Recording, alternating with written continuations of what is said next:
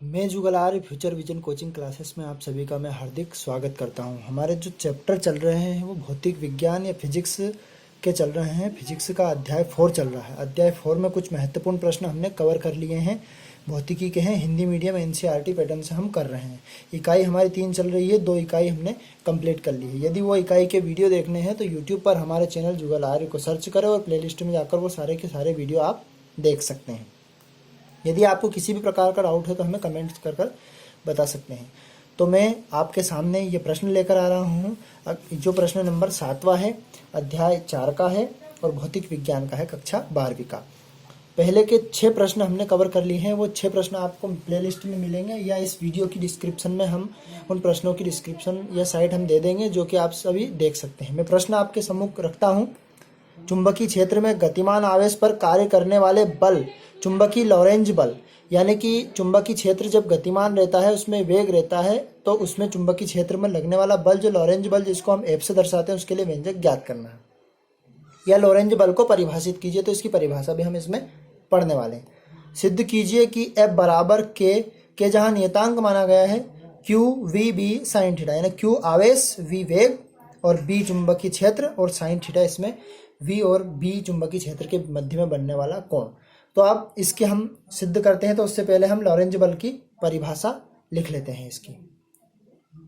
तो हम लॉरेंज बल की डेफिनेशन पढ़ते हैं। जब कोई आवेश किसी चुंबकीय क्षेत्र में गति करता है, आवेश यानी क्यू, आवेश यानी क्यू चुंबकीय क्षेत्र में गति करता है, चुंबकीय क्षेत्र यानी बी, ये वाला।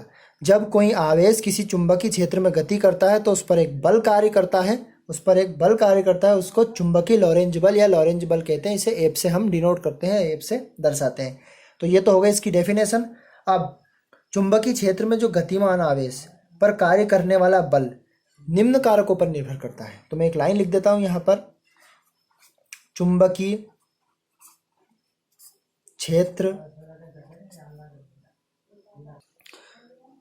क्षेत्र में गतिमान आवेश बल, जो गतिमान आवेश यानी आवेश जो गतिशील रहता है, कार्य करने वाला बल एफ पे निम्न बातों पर निर्भर करता है। तो इसका पहला पॉइंट होगा किस पर, पहले समझा देते हैं, आवेश पर, फिर वेग पर, चुंबकीय क्षेत्र की तीव्रता पर, और चुंबकीय क्षेत्र और वेग में के बीच में बनने वाले कोण की थीटा यानी साइन थीटा के समानुपाती होता है, यानी सभी के सभी समानुपाती है। तो ये लाइन एक एक करके हम लिख लेते हैं। तो पहला पॉइंट हम लिखते हैं कि बल उसके आवेश के समानुपाती होता है, अर्थात बल आवेश के समानुपाती होता है, तो बल F समानुपाती Q, ये हो गया। दूसरा पॉइंट हम लिखते हैं बल वेग के समानुपाती होता है, अर्थात F समानुपाती V। अब तीसरा वाला पॉइंट इसका होगा बल उसमें चुंबकीय क्षेत्र के B के समानुपाती होता है। तो ये हम लिख लेते हैं अर्थात ये हो जाएगा F समानुपाती B। अब बचा क्या है, वेग और इनके बीच में बनने वाला कोण साइन थीटा के समानुपाती। तो ये चारों बातों को हम मिलाकर लिख देंगे, अर्थात तो हमने लिखा साइन थीटा के समानुपाती। अब ये साइन थीटा कहाँ से आ गया, तो साइन थीटा होता है वेग और चुंबकीय क्षेत्र B, वेग और चुंबकीय क्षेत्र B दोनों के मध्य में बनने वाला कोण थीटा। तो F समानुपाती ये हो जाएगा आपका साइन थीटा। अब उपरोक्त चारों को संयुक्त रूप से या मिलाकर लिखने पर, उपरोक्त चारों को मिलाकर लिखने पर, अब मिलाकर लिखेंगे तो सभी में कॉमन चीज है बल। तो बल समानुपाती क्या होता है, सबसे पहले हमने आवेश लिया था तो आवेश Q, फिर V लिया था, फिर B लिया था, फिर हमने लास्ट में लिया साइन थीटा। सभी को लिख दिया। अब समानुपाती का निशान हटाते हैं तो हम एक नियतांक लेते हैं K। तो K Q V B sine theta. तो ये हमारा चुंबकीय क्षेत्र के लॉरेंज बल के लिए व्यंजक हो गया।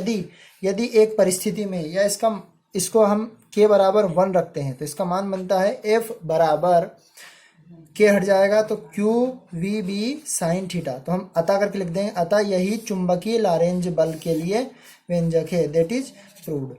अब हम अगला प्रश्न कवर करते हैं, अगले व्यंजक की तरफ बढ़ते हैं। इसी प्रश्न में प्रश्न क्रमांक 8वां। अब हम प्रश्न क्रमांक 8वां कवर करने वाले हैं।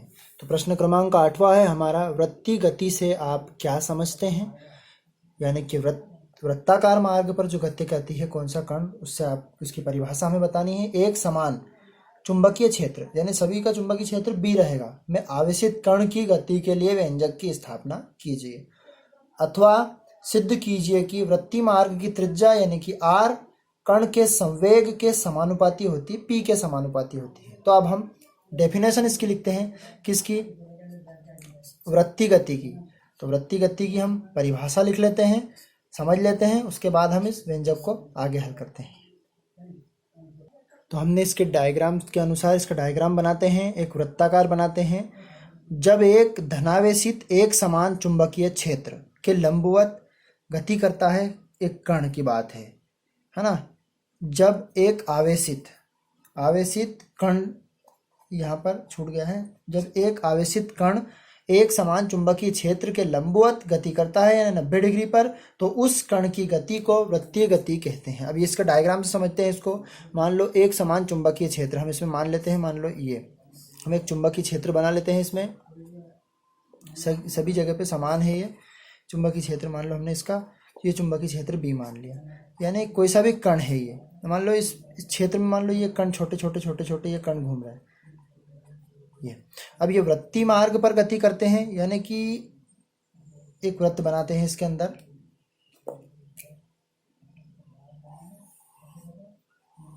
ये वृत्त बना लिया। अब ये कण है यहाँ पर, तो इस पर लगने वाला बल F हो जाता है, तो इधर इधर सब तरफ ये भागेगा, गति करेगा ये कण, ये बल इसका F हो जाएगा, है ना। अब मान लो हमने कहा गया कि जब कोई गतिमान कण m द्रव्यमान का है, इसका द्रव्यमान m है और इसका संवेग हो जाएगा p, संवेग हम p नाम दे देते हैं। तो एक गतिमान हमने यहाँ लिखा था, जब एक आवेशित, इसके अंदर आवेश उत्पन्न होगा q, एक आवेशित कण एक समान चुंबकीय क्षेत्र, ये समान चुंबकीय क्षेत्र है सभी जगह पे, समान चुंबकीय क्षेत्र के लंबवत माने इसमें बनने वाला कोण 90 डिग्री का रहेगा, लंबवत गति करता है, तो उस कण की गति को वृत्तीय गति कहते हैं। तो ये हमें डायग्राम बनाना है और डायग्राम के नीचे इसका नाम लिखना है कि चुंबकीय क्षेत्र में लंबवत धनावेशित कण की गति। ये हमने डायग्राम बनाया, सभी नोट कर लेंगे। पहले ये चुंबकीय क्षेत्र बना लेंगे, फिर उसमें एक वृत्तीय मार्ग बना लेंगे, उस पर सभी जगह पे बल कार्य करेगा और ये लंबवत कण रहेगा, वृत्तीय मार्ग पर ये गति करेगी। सभी डायग्राम नोट करके साइड में नोट कर लें और उसके बाद ये परिभाषा लिख लें और फिर उसके बाद इसमें हम डेरिवेशन को सिद्ध करते हैं। तो इसमें हम लिखते हैं, माना एक आवेशित कण, जब इसको प्रूव करते हैं, माना एक आवेशित कण m द्रव्यमान का है और जिसमें संवेग उसका p है और त्रिज्या उसकी r हो जाएगी, तब हम इसको सिद्ध करते हैं। तो हमने इसमें नोट कर लिया कि माना एक आवेशित कण है जिसका द्रव्यमान m है तथा वहाँ r त्रिज्या के वृत्तीय मार्ग पर गति कर रहा है, तो इसकी जो त्रिज्या रहेगी वो r रहेगी और गतिमान कण है m द्रव्यमान का। अब इसमें लगने वाला, यदि अभिकेंद्री बल की बात करते हैं तो अभिकेंद्री बल हम 11th में भी पढ़ चुके हैं। अभिकेंद्री बल F बराबर होता है mv का वर्ग अपॉन r, और अभी हमने एक लॉरेंज बल का व्यंजक किया था वो हम करते हैं। तो अभिकेंद्र बल हम तब हम करेंगे चुंबकीय लॉरेंज बल बराबर अभिकेंद्र बल, दोनों बलों की हम तुलना करेंगे।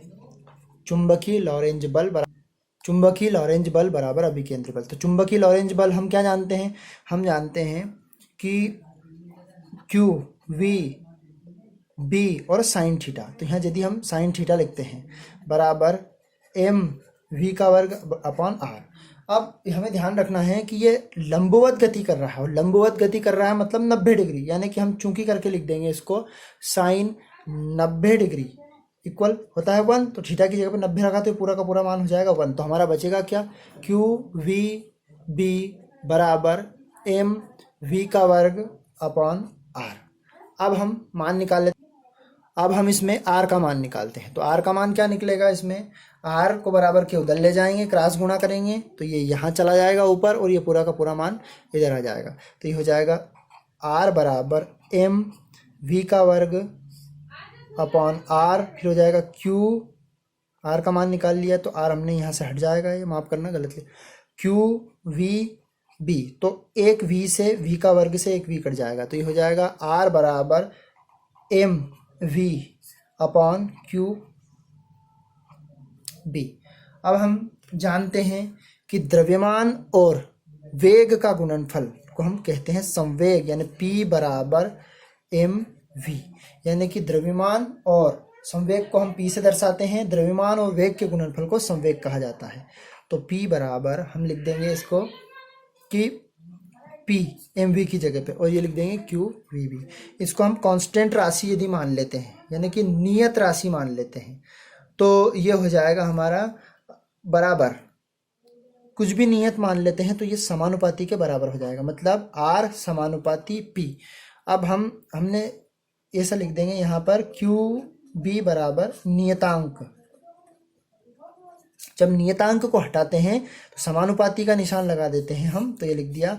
हमने कहा था कि हमें सिद्ध करना है किसी वृत्तीय मार्ग पर गति कर, मतलब किसी वृत्तीय मार्ग की त्रिज्या उसके संवेग के समानुपाती होती है। यदि हम त्रिज्या का मान बढ़ाएंगे यहाँ पर तो संवेग का मान भी बढ़ेगा। ये हमारा व्यंजक सिद्ध हो गया।